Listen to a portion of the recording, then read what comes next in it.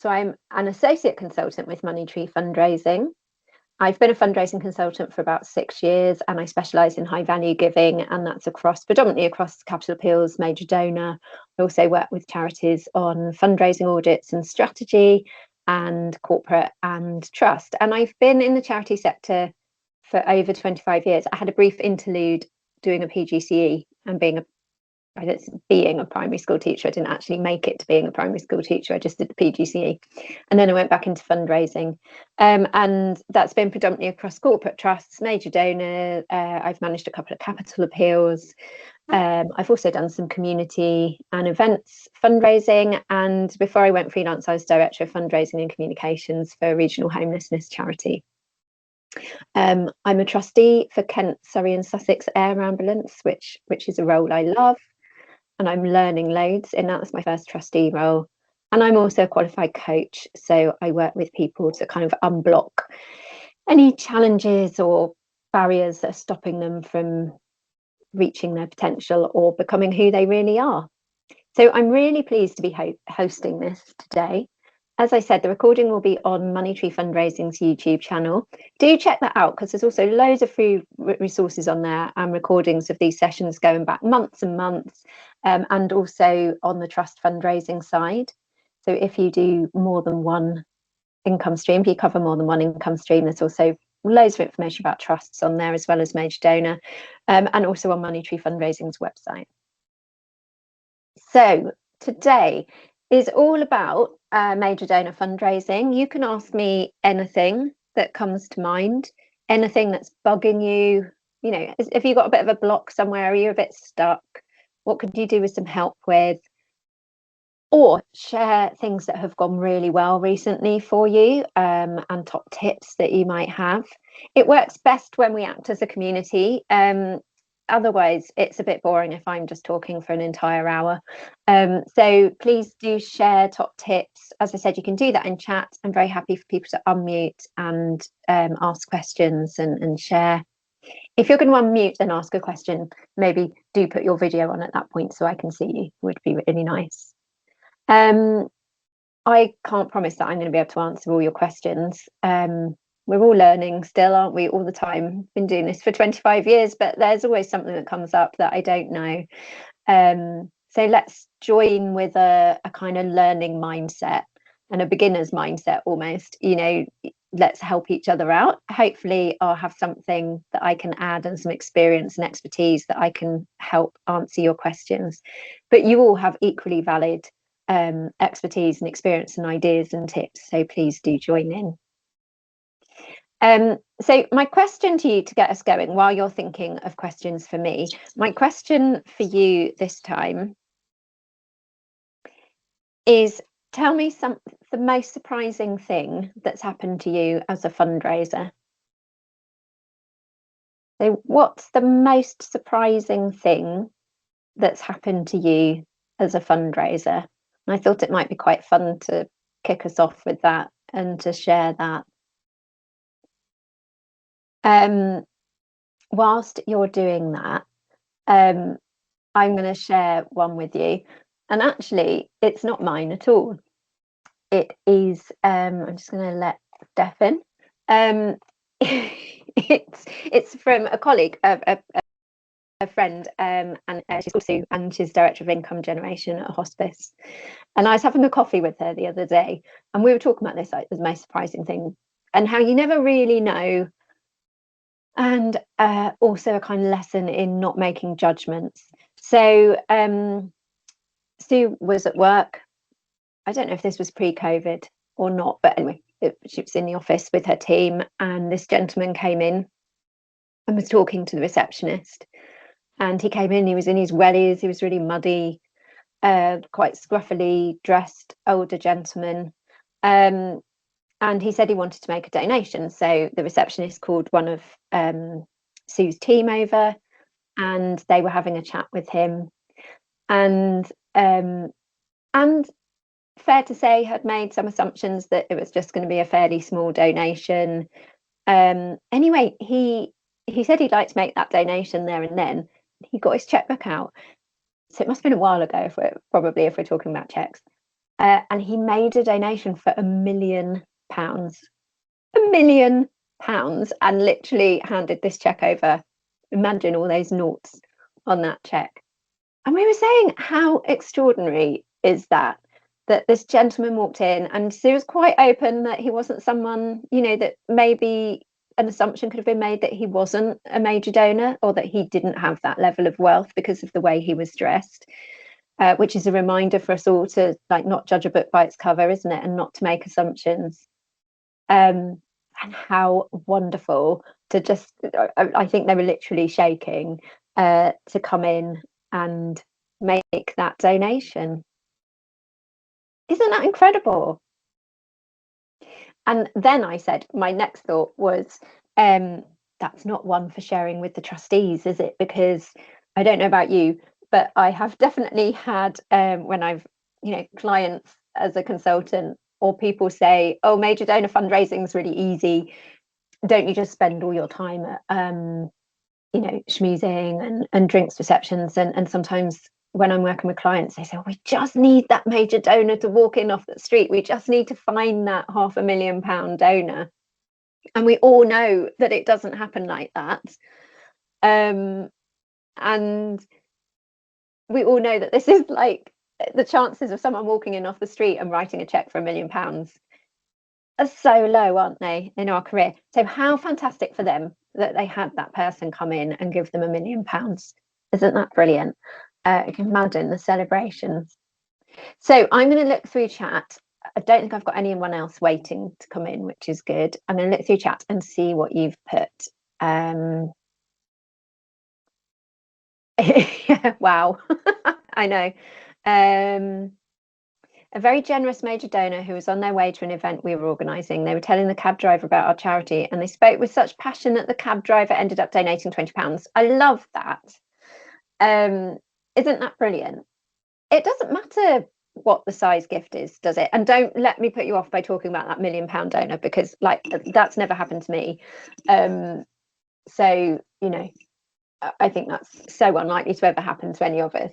But isn't that lovely? That just shows the power of someone talking with real passion about what you do. I wish someone would walk into our place and give us £1 million. I know.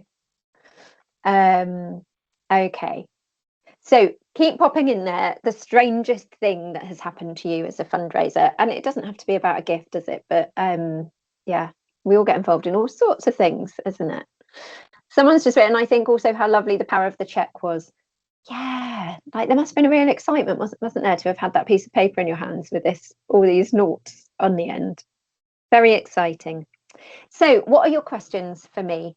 What do you want to ask me about today in today's session? If you're going to write it in the chat, could you write question in capital letters, because I'm looking through the chat, and if there's lots of chatter in there, your questions might get lost. So what questions do you have for me about major donor fundraising?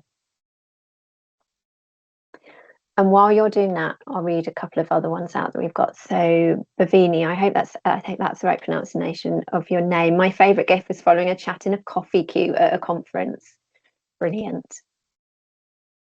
Yeah, sometimes it says kind of least expected places, isn't it?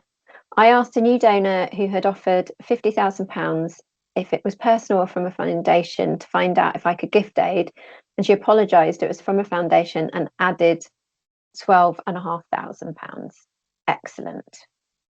Isn't it nice when you get more than you think you're going to get? I think some of the nicest donations are the ones that are unexpected. When I used to work at a community centre, a parent of one of the children who came to a Quran study group walked in one day and made a donation for £100. It was very unexpected. It was about how important the centre was to the families in the area. Yeah, it's extraordinary, isn't it, when people make gifts that maybe are unexpected or are more than you would think, that, or maybe more than they would normally give. And that's normally where there's real connection, isn't there? Real impact for people, and they see that and they want to do more and they want to help. This isn't strange, but it's a lovely story. Our charity manager was talking to a corporate to let them know about how their fundraising efforts were being spent. He talked about the children we support and specifically mentioned Imi and how we were researching into getting an adapted bike, but it would be very expensive to fund, possibly out of our remit. And after the talk, an employee came over to Phil and said, I want to pay for Imi's bike. And that day she donated £1,490 towards the bike. Do you know what has struck me when I'm reading that is about impact, isn't it? And we talk a lot about this, don't we, as major donor fundraisers, but helping people to see the impact of their gift, helping people to feel that they're making a difference, and what people as donors get when they feel they can make that difference and when they understand the impact they're making. And what that, I wonder how that person who paid for the bike, I wonder how they went home and felt that evening about what they'd done. And I wonder who they shared that with. Fascinating. Okay, so we've got a question here. Oh, someone else is just joining us, so I'm just going to let them in. And I'll go back to the chat and back to this question. So thank you, Steph, for putting the question in capital letters. If we have no idea what we're doing, join the club. If we have no idea what we're doing, are we better getting someone in, and what sort of costs are associated with it? Okay. It's a bit of I could say yes, I could say no. So let's talk about the advice. If you're just starting out in major donor fundraising, how are you best approaching that? Okay. So major donor fundraising, you don't have to have loads of major donors to start with. You don't have to have this huge kind of portfolio of major donors that are all giving you 5-6 figure gifts. You can start really small. So you can start as a charity without getting anybody in initially. You could start by looking, analysing and interrogating your database. So, look through and look at who has consistently been giving. It all depends where that start level is for you as a charity for your major donor fundraising. But, let's, for example, say it's £5,000. Who's consistently been giving at that level? Or maybe who's been giving cumulative gifts of £500 or £1,000 more. So actually over time, they're cumulative giving. You can look back through at your database and you can look for things like people that are living in affluent postcodes, people who bank with the private banks, so Coots, Hawes, who are making their donations through the CAF account, because that would indicate a level of wealth, or if they're making it through a donor advised fund. And you can do all that. That doesn't take a huge amount of time. You can do all that without getting external expertise or a major donor specialist in. It can be really helpful to get an external consultant in. Now, you might think I would say this because this is what I do for a living, but I do truly believe it can be really helpful as a way to kind of kickstart your major donor fundraising, because when we do that work, and there's other people who do it as well, but we come in and we kind of set everything up ready for success. So we'll look at your organisational readiness to launch a major donor programme. We'll look at your proposition, what are you going to ask your major donors to support? How are you going to manage that? What resources do you need? How are you going to communicate with your major donors? Where are you going to find them? Who have you got who might know people within the major donor community? And a whole raft of tools to manage that program, as well as mentoring and coaching. So it can be really helpful, but that obviously comes with a cost. So that's an investment. I believe you get a return on that investment, but it is an upfront investment. So as I said, you don't have to do that. You can start with kind of internally, who have you got that's really close to the charity, that you really value, that's loyal, that you believe can give at what you would call a significant level or a major donor level. And don't forget that you can also, there's lots of free resources. So check out our resources, as I said earlier, on YouTube channel. There are other experts in major donor fundraising that you can follow. Keep in touch with what's happening in the world of philanthropy through LinkedIn and different webinars and conferences and, fundraising everywhere events and things like that.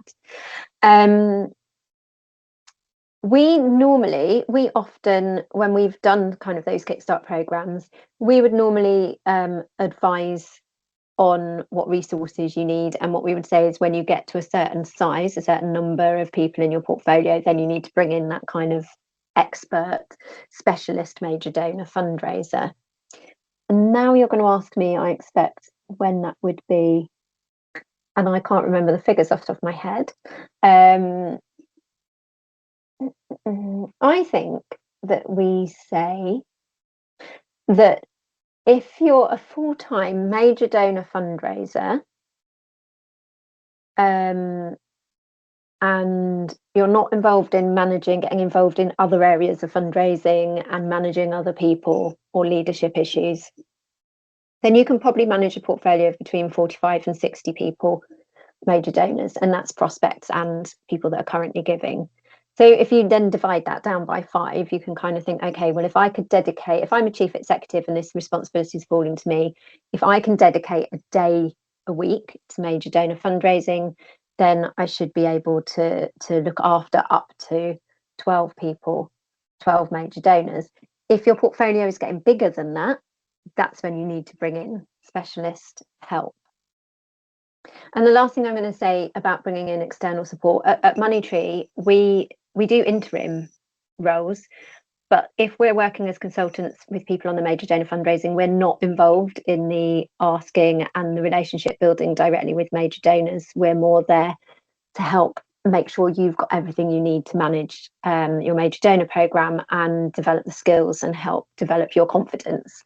And we feel strongly about that because it's about relationship building. So those relationships need to sit with you as the people in the charity for that continuity and to build that trust and to build that relationship over time. I hope that helps, Steph. So there's another question here. I'm quite new to major donor fundraising, and what I don't know is how to get into a network of major donors. Our charity is based in one of the areas of the highest deprivation in Leeds, and most of our sites where we help are similarly in higher deprivation areas. So I welcome any suggestions on how to connect with the right people. Okay. So where do you start? How can you get in with these networks of major donors? So I guess the first thing then is identifying the communities of high net worth individuals and philanthropists in your own area. So all counties, all areas have high sheriffs, and they all have a Lord Lieutenancy office, and under the Lord Lieutenant there is any number, quite a high number often, of deputy lieutenants. And the Lieutenancy office, their role is to represent the sovereign in the county. What that means in practice, apart from that they stand in for royal visits if the royal family can't, is that they generally are a really influential, quite well connected bunch of people who it's their job to kind of represent the county and the organisations within the county, and their job to kind of be interested in what's going on locally. So they are often a network of people. They're not all philanthropists, they're not all wealthy people, but they are people who have a certain kind of standing in the community and are often influential and really well networked and connected. So if you're not already engaging your Lord Lieutenancy office, that can be a really good place to start.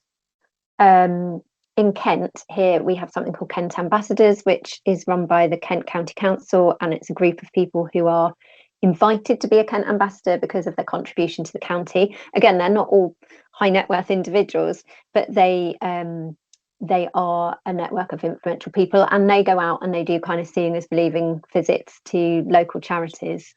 So if you've got anything like that in your local area, building relationships with those people, finding people that know those people can be really helpful. Maybe your trustees have some connections into that. I hope that's kind of quite a brief answer, but that might be a good place to start as a local charity, and also your local community foundation, building a relationship with the grant managers there, because don't forget that they also kind of act as a broker almost between causes in their local area and donors or philanthropists that want to give to those causes. So it's a really good idea to go to their events and get to know your community foundations when you're a local charity. The next question, I love it, they're coming thick and fast. Do chip in Like, if you've got something extra to say, any other tips, and if you disagree with me and you think, no, actually, this is how we did it and it worked brilliantly, no, and it was much better, put that in there as well, because it's great to help each other out. We have our charity's first event in many years coming up. Great. A drinks reception with around 70 guests, including some existing potential major donors. Any tips on how to make the most of it, both on the evening and in follow-up?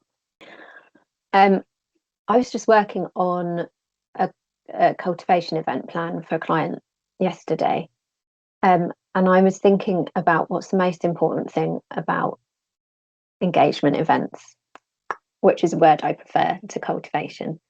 And it's about the purpose, isn't it? So that would be my top tip, is go back to what the purpose of your event is. Why are you hosting this event? And what do you want to happen as a result of the event? So what specifically are you hoping to do? So you say you want to, you've got this big event, 70 people, you've got some existing and potential major donors coming. What's the outcome you want to see? What's the change you want to see happen with those potential and existing major donors? And what's the purpose of them being invited? And if you can get that clear, that drives everything else that you're going to do, and it drives where you put the effort in, and it drives where you're going to focus all your energies. So the way I would approach, and this is, I'm going to say something really practical here as well, is about make sure that you know from your home team, we call it, but you know, your staff, your trustees, or volunteers that are there, maybe you've got a development board, your people that are kind of what you'd call the home team, make sure that they are there for a purpose, that they have a role to play in that evening. So avoid inviting home team just because it's a nice event and they want to come. If they're going to come, they have to have a specific purpose. I would allocate out your major donor guests to your trustees or senior management team in your charity, and ask them specifically to look after and host those people that have been allocated to them. Work with them, obviously, about who you're going to allocate to them. Hopefully they're people that they know, or maybe they're people that they've invited. But more than that, sit down with each of those people and have a briefing with them and talk about what it is you would like to happen as a result of that particular prospect or donor coming along for the evening. What are the key messages that you would like to get across in any conversation? What are you hoping that they leave with and agree to? One of the things I've seen done is when you're kind of plotting this out is thinking about what do you want those donors, each of those donors, so not them as a whole, but individually thinking about that particular donor and their journey with you, or that prospect with you. When they leave that event, what do you want them to think? What do you want them to feel? And what do you want them to do next? So spend that time briefing your home team, and crucially make sure there's a debrief, because quite often all these conversations happen and then trustees sometimes forget to kind of debrief with the fundraising staff, or they might say one thing, they might send a quick email saying, oh yes, they've agreed to a follow-up meeting, but you need more than that. You need the detail of it, don't you? Because so much of what we do as major donor fundraisers is kind of sits within those sits within that area of what's not necessarily said, or you're kind of reading between the lines. I think that's kind of part of the skill of what we do as major donor fundraisers, isn't it? So it isn't just about, oh yes, they said they'll have another meeting. It's about, you know, what did you talk about? What came up as an area of interest for them? You know, what are their motivations? What came up just generally that's going on in their life just now? Yeah, it's great to have those sort of conversations, that follow up, that debrief. And obviously another top tip is to make sure you have a bit of an evaluation and a wash up afterwards. So what went well with the event, what didn't go so well. Do add in anything else that has really worked for you when you're organising a big event, and good luck with it. Sounds exciting, Rosie. And next question, any advice on hosting a small major donor dinner? We have a current donor who's agreed to host a dinner at home. Brilliant. This is good, isn't it? We want to use it as a way to reconnect with some lapsed major donors. Any tips for making it a success and encouraging lapsed donors to attend? So the first thing to say is that's a great form of engagement activity, isn't it? Having a major donor who's hosting a small dinner party at their house. So it's a really good way to have quite focused conversations. So, those big events that have 70 people have a role to play, but so do these smaller events that can be more informal and with a smaller number of people, and where you can really talk about your project and really have some good conversations with people. I think most of what I said about the big cultivation event works here as well. Be really clear about why those people are being invited and what it is you want to do next. What is the aim? Is it that you want to get another meeting with them? Are you wanting them to come onto a site visit? Are you simply looking for an agreement to hear more and for you to get in contact? I wouldn't normally use a small dinner as an ask event. You could do, and other people might have had real success with that. I personally would veer more to it as a kind of engagement and information and getting to know you event, as part of that relationship building to the point where you are ready to make an ask for a gift. But some people may disagree, and some people might have used these small dinner events as kind of a pledge opportunity. How could you encourage lapsed donors to attend? I think the best way, I guess two things I think of here. The best way is if the person who's hosting the dinner knows them and the invite comes from them as a peer, or if any of your other trustees or donors, close major donors, know these lapsed donors, ask them to make the invite rather than it coming from you. Two things came into mind about lapsed donors, and I've said the first one, I can't remember the second. I think it was about give them a reason to come.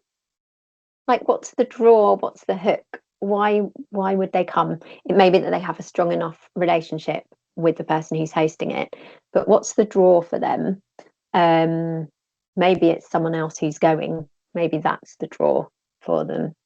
So I would also think about that. Right, I'm just going to look through and see if there's any kind of follow-up, or any of you are giving any tips on events and things like that.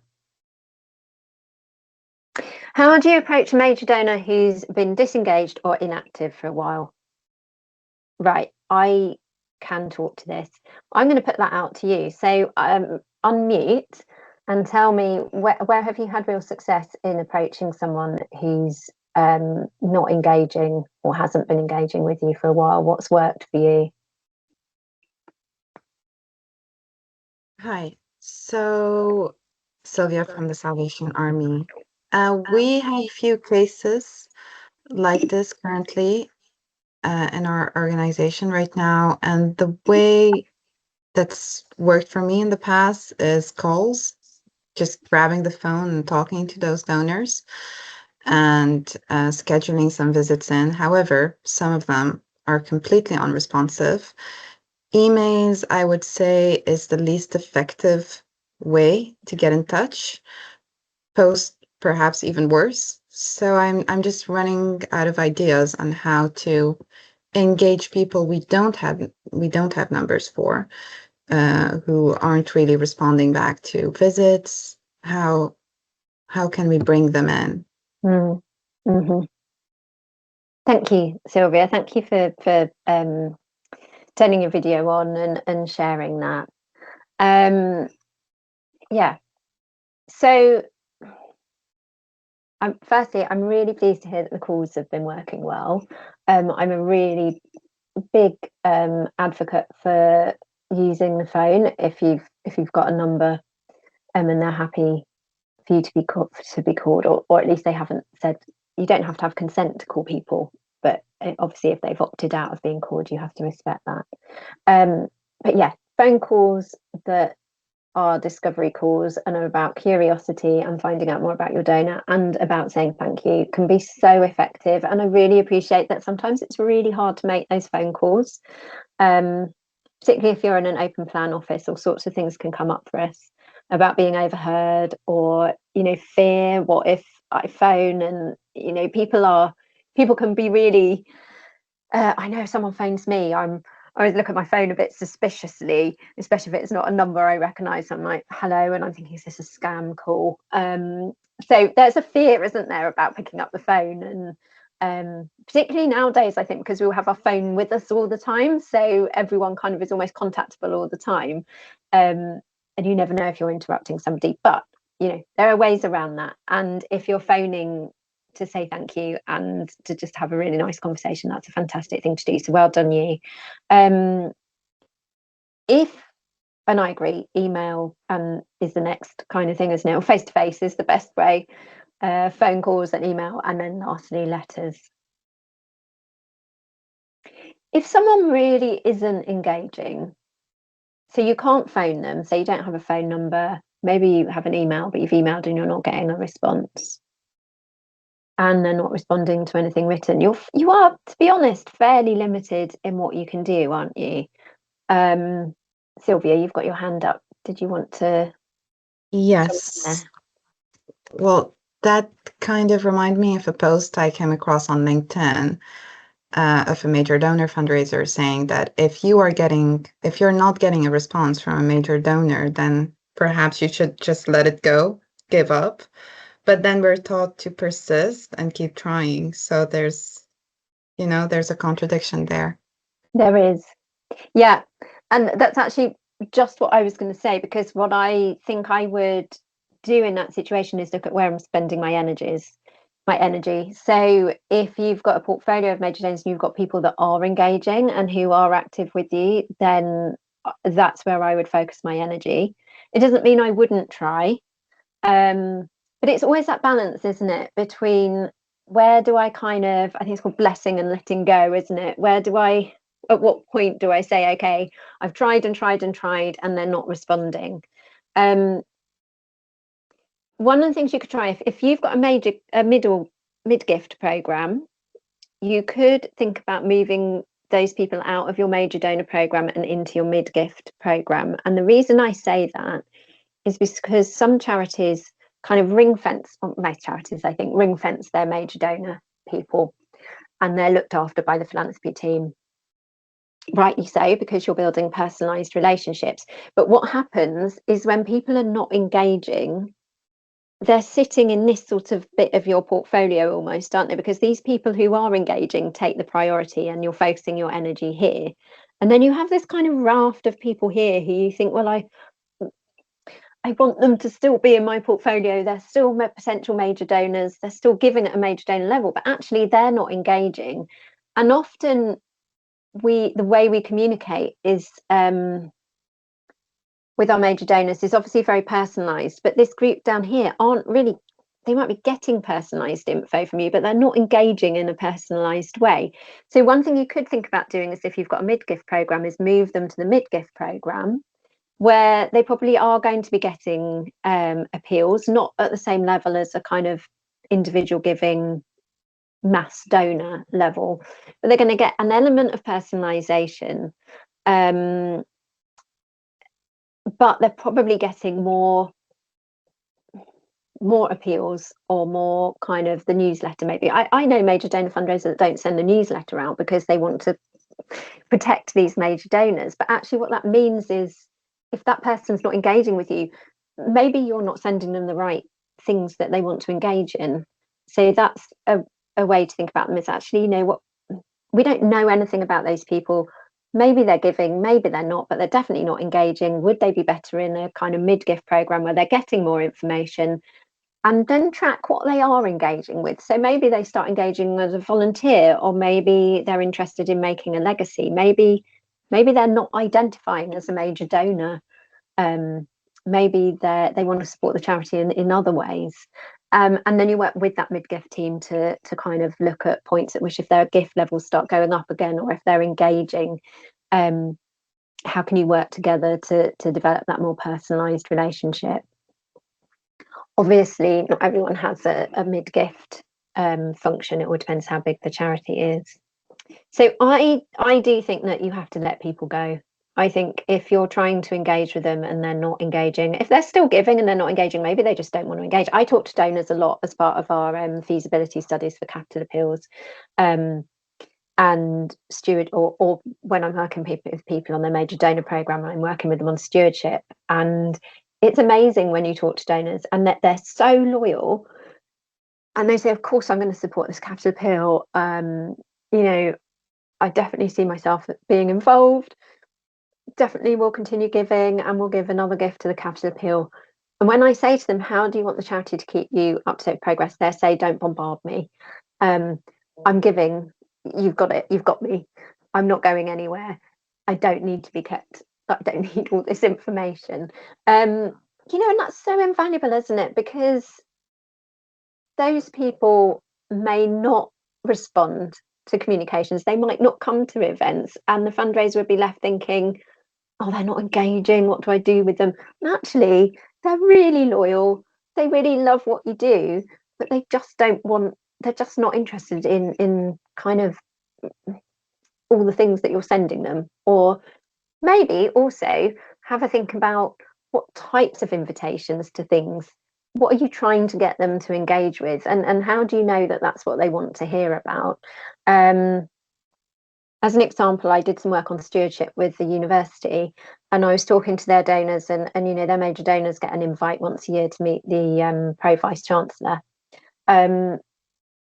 And she said to me, I don't want to meet her. Like, not interested in meeting her. What I want to do is meet the students that I'm funding the scholarships for, because that is what gets me. Like, I want to hear their stories. I want to hear about maybe how I've support, how through their scholarship, what a difference it's made, because that's what matters to me. Meeting the top level person at the university isn't important to me. So I think we can make lots of assumptions as fundraisers. I appreciate, Sylvia, it's really hard if you can't get to those people to ask them what they want to hear about. But I do think at some point you need to let people go if they're not engaging, or not necessarily even let them go, but just focus your energy on the people that are engaging. Goodness, we've only got 15 minutes left. And you've been brilliant today. You've got all these questions in the chat. Sometimes I come to these and I think, oh, what if no one asks any questions? What am I going to talk about?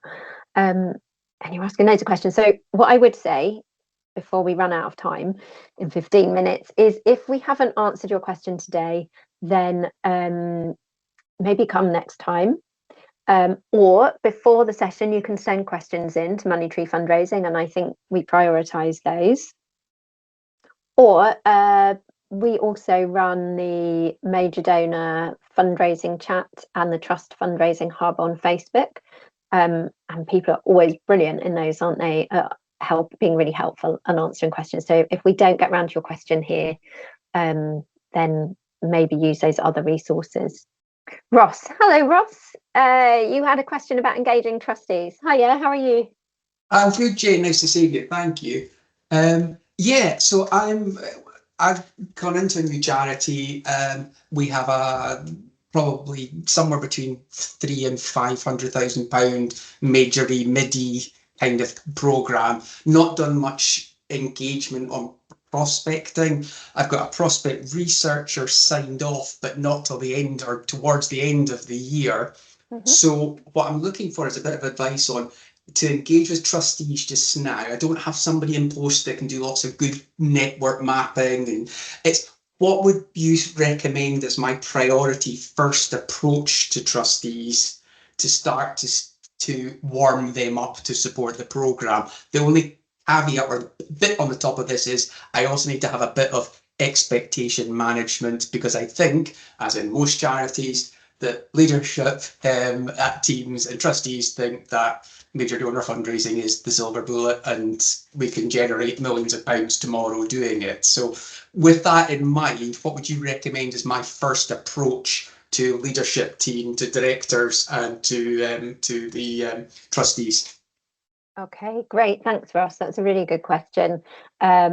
So I think they're definitely not ones to tell about the person walking in and giving £1 million check, are they, at this stage? Do any of your trustees have a fundraising background, Ross, or a major donor or philanthropy background?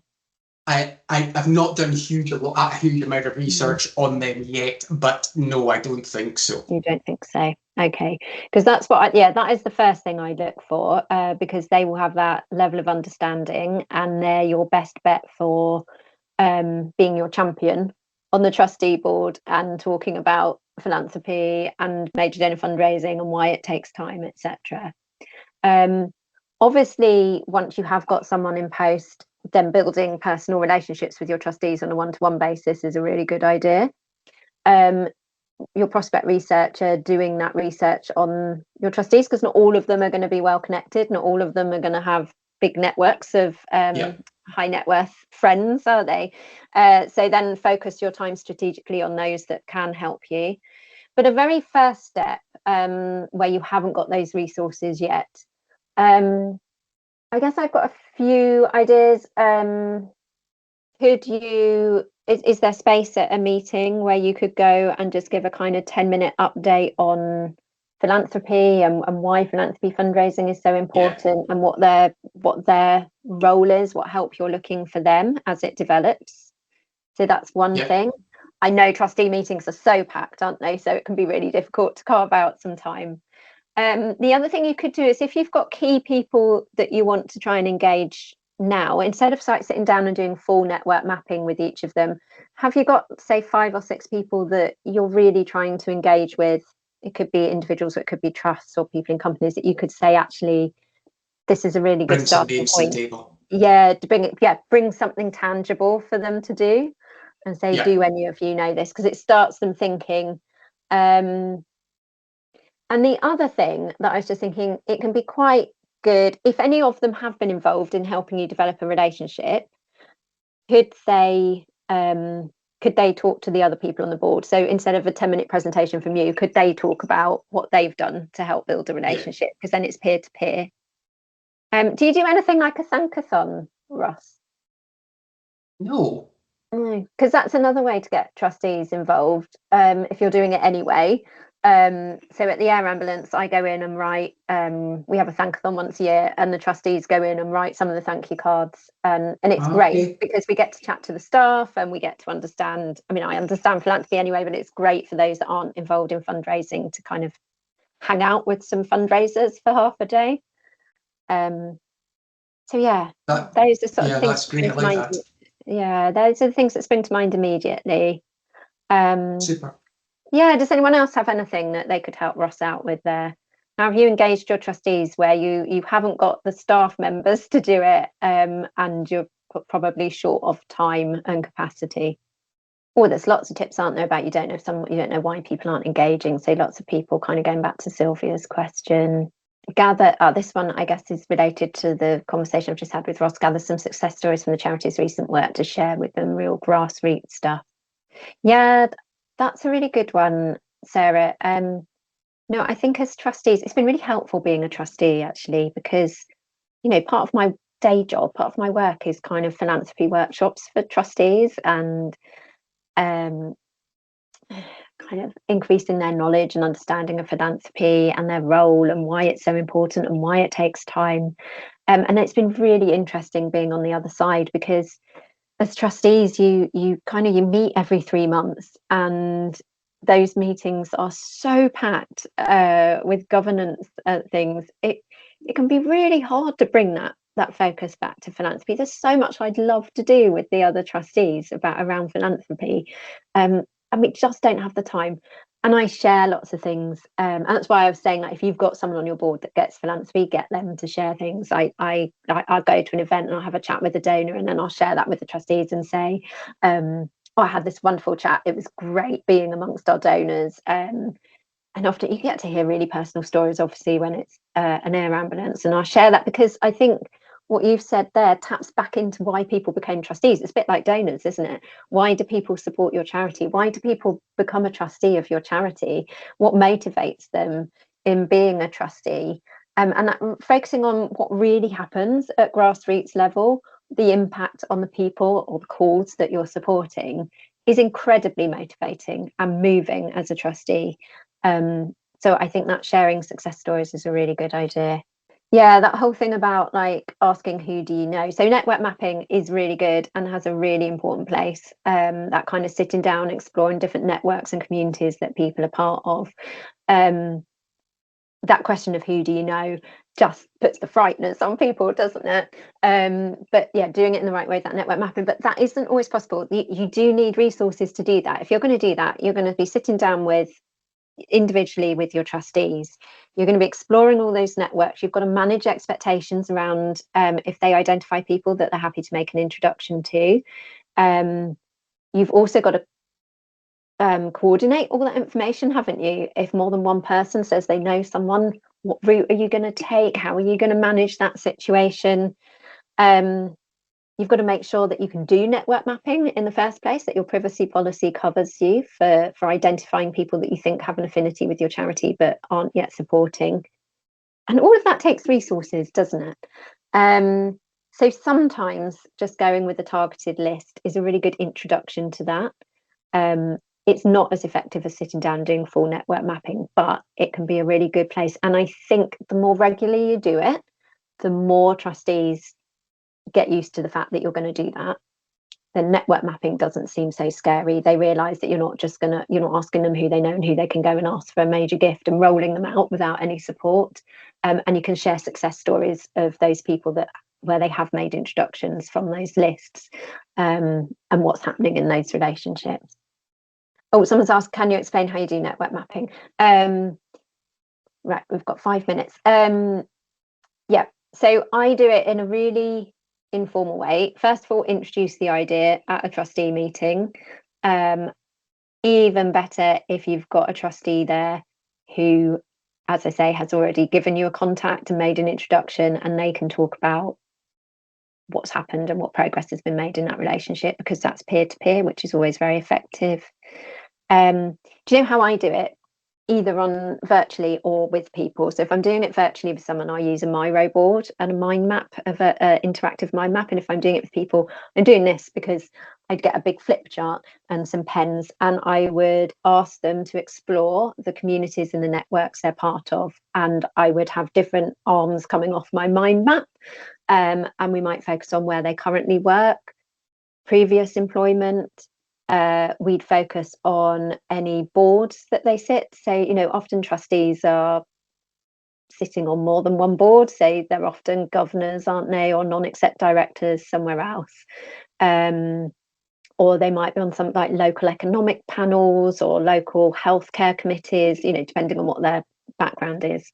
So what other committees and boards do they sit on, and who do they know within those? Look at community groups that they're part of, WIs, Rotary, Roundtable. Look at interests and hobbies, golf clubs, tennis club. Does the golf club they belong to have a charity of the year? You can also look at faith groups. You can look at alumni from different educational establishments and friends and family.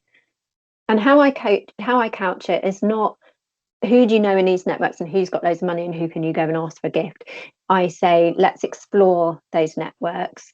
And particularly while we're doing that, think of people within those networks who share your passion for whatever your cause is. Who do you think would want to know about this capital appeal? Who do you think should know about this capital appeal? Who is in these communities that, they're people that that really should know if something big is happening in their area? Who shares your passion? Who shares your love for XYZ? And it kind of takes the fear away. And then as people start talking, they open up a bit more. And quite often what happens when you do network mapping is that people they might start off saying, I don't really know anyone. And then it will turn out that they play tennis with somebody or other, or they used to work with somebody who was the CSR manager, whatever. These things kind of come out as you explore it. You're not going to do anything with that information straight away. It's exploratory. You're not going to ask them to go and make introductions without full support from you or your team or from the charity. It's about information gathering at this stage. And when people get into it, it can be a really informal and quite a fun thing to do. but there is also often a bit of fear or reticence at the beginning that, you know, they're just going to be asked to go and get some money, or worse than that, the charity might approach them. And there's also concern around data protection, quite rightly. So you need to reassure your trustees what you're doing with that data and what you're doing with that information, and how that's being stored, that you're not sharing it with anybody, and how you're meeting GDPR. I think that's probably kind of all we can go into about network mapping in the time that we've got. Now, I'm aware, who was it who put this really lovely question on? Jessica, I'm so sorry we haven't got your question, and we're coming to the end of our time, and you've put this lovely long question on here about, as a trust fundraiser, moving into major donor fundraising. I'm so sorry we haven't got your question. Maybe pop that on the major donor chat group, or come next time and or send it into Moneytree in between, and we'll try and focus on that one first. If you do come, remind me that I said that, as I might forget. So briefly before we go, well, there's loads of stuff in the chat. I could do this for about 3 hours, I think, today. Thank you so much for everything that you know, all your ideas and all the tips that you're giving to each other. I think it's brilliant. It's so good to see you all helping each other out and connecting. Last time, just before you all have to go, if you have to go, that's fine. But before that, I asked you about what you would like to see in training. And you came up with some really good ideas around prospect research, how to make the most of new names research, how to make the most of wealth screening, how do you find new major donor people, and I think the other one was around AI's role in major donor fundraising. So just to say that Moneytree are working on that at the moment, and they're creating a series of kind of bite-sized training webinars, which will be paid for, but it's a really reasonable price. And they're kind of, yeah, you can pick and choose. So rather than a whole training program, you can just pick and choose those areas that are particularly relevant for you. So do look out for that. Our next session, the next one of these, is the 6th of June.